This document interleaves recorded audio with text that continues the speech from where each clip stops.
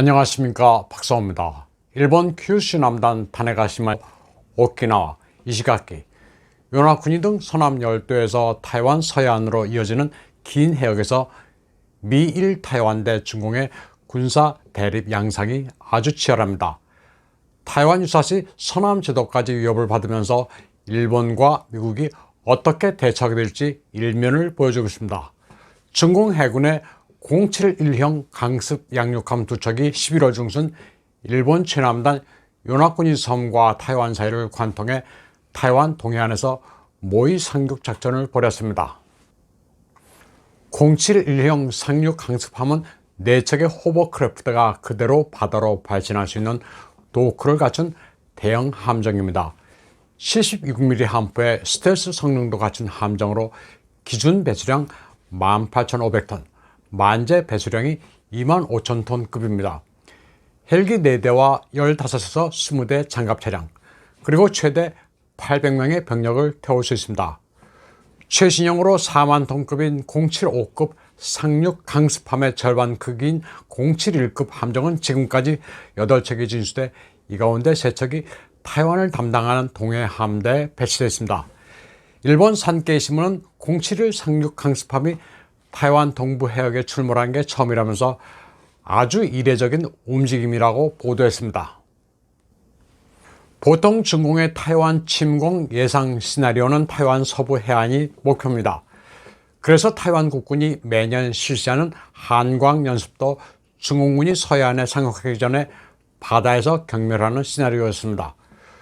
중공군이 상륙할 만한 몇 곳을 선정해 육해공 화력을 집중하는 식입니다.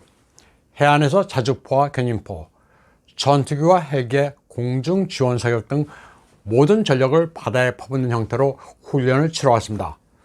중앙산맥이 가로막혀 비교적 안전한 서부 쪽은 후방 지원 기지로 여겨졌습니다. 그런데 바로 타이완 서부의 화롄 근처 외해에 중공인민해방군의 071형 상륙 강습함이 나타나자 타이완이 긴장의 끈을 놓지 않고 있습니다. 타이완 저항의 마지막 보루로 이곳이 점령당하면 명맥이 끊기는 것과 같기 때문입니다. 이곳은 10km에 걸쳐 자갈 해안이 있습니다. 해안 뒤로는 험준한 산악 지형입니다. 여기에는 민군 겸용의 화롄 공항과 함께 타이완 공군의 자산 기지가 있습니다. 전쟁이 발발하면 이곳의 항공기는 즉각 다른 곳으로 산기하거나 터널 방공호로 들어갑니다. 중공군의 미사일 공격 목표이기 때문입니다. 중공군이 화롄 외해에서 벌인 군사훈련은 바로 이 공군시설을 노린 것으로 보입니다. 차잉원 총통도 이곳의 전략적 가치를 높이 평가하고 있습니다. 총통으로 당선된 지 몇 달 안 된 2016년 5월 29일 처음으로 시찰한 공군기지가 바로 화롄의 자산기지입니다. 3군 통수의 자격으로 자산기지의 401 F-16 연대를 방문해 타이완 영공에서 적이 활개치도록 해서는 안 된다는 연설을 했습니다. 자산기지에는 험준한 산악 지형을 이용해 만든 견고한 경납고가 있습니다. 중앙산맥에서 태평양으로 나가는 전략적 위치로 산속에 있는 터널 경납고에서 바로 2,500m 길의 활주로를 통해 200대 전투기들이 긴급 출격할 수 있습니다. 자산기지는 타이완이 미국과 단교한 이후 유사시 전력 보존을 위해 산에 터널을 내서 만든 곳입니다. 전시의 다른 공군기지가 중공군의 미사일 공격에 파괴되더라도 천연의 요새인 이곳은 안전합니다. 1984년 시공에 92년에 완공된 지화화된 공군기지 주변에는 대공 미사일 포대와 통신 레이더, 유류고, 탄약고 등도 있습니다. 자산기지의 터널 경납고 안에 배치된 전투기들은 8톤이나 되는 육중한 철문이 열리는 즉시 긴급 출격합니다. 중공군은 미군과 일본의 지원군이 오기 전에 진먼, 마주 같은 낙도는 물론이고 본섬을 점령해 전쟁을 끝낸다는 계획입니다. 중공군의 일파 공격으로 타이완군 전력 상당 부분이 괴멸된 상태에서 반격의 토대가 되는 게 바로 서부 화롄의 자산기지입니다. 그래서 타이완군도 중공군이 화롄을 기습 공격하는 상황을 가정한 훈련을 치러왔습니다.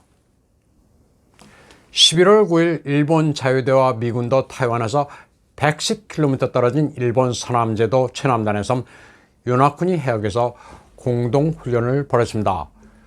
U-125A 군함수색기, UH-60J 헬기, 미군의 오스프리를 동원한 공동수색훈련이었습니다.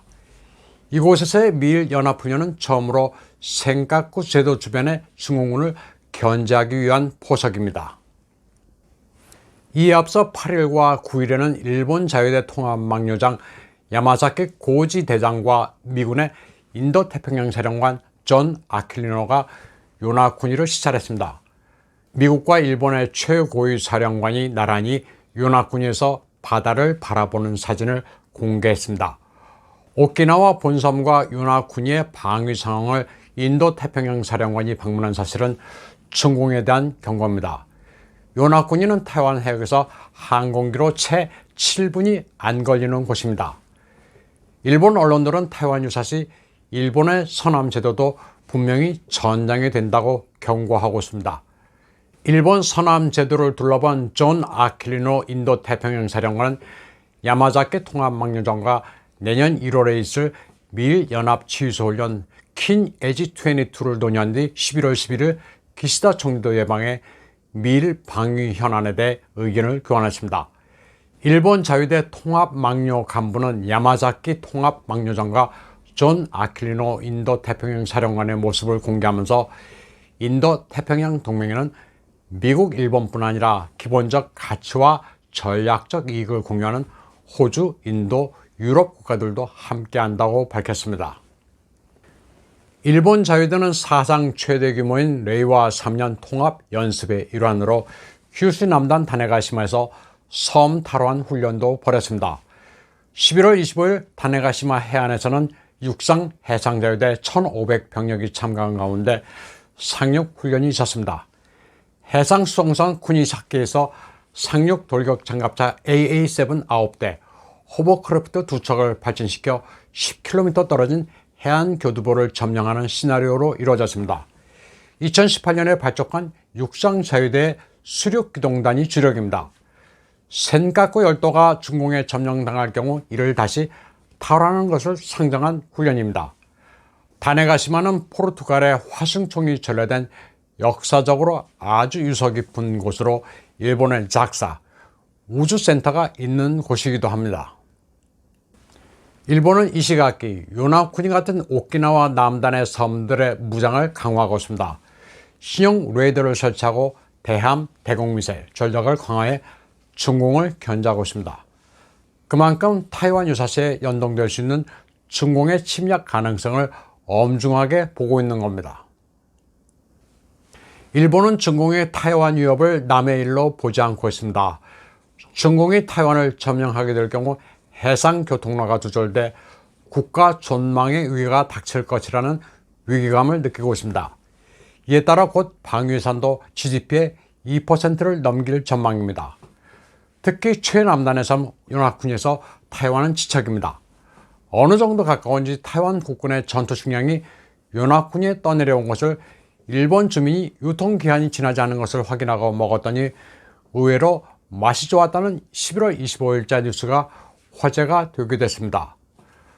또 일본 내 여론조사에서 타이완 유사시 일본도 군사적인 영향을 미친다고 응답한 이가 71%에 달하는 것으로 나타났습니다.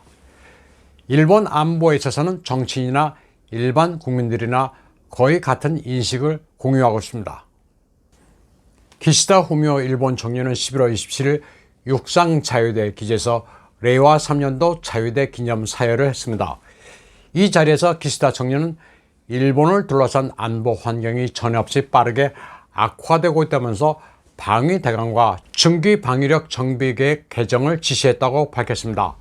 이른바 적기지 선제 공격 목표를 포함해 모든 선택지를 배제하지 않고 검토해 필요한 방위 역량을 갖추겠다고 말했습니다. 오늘 방송은 여기까지 하겠습니다. 시청해주신 여러분 감사합니다.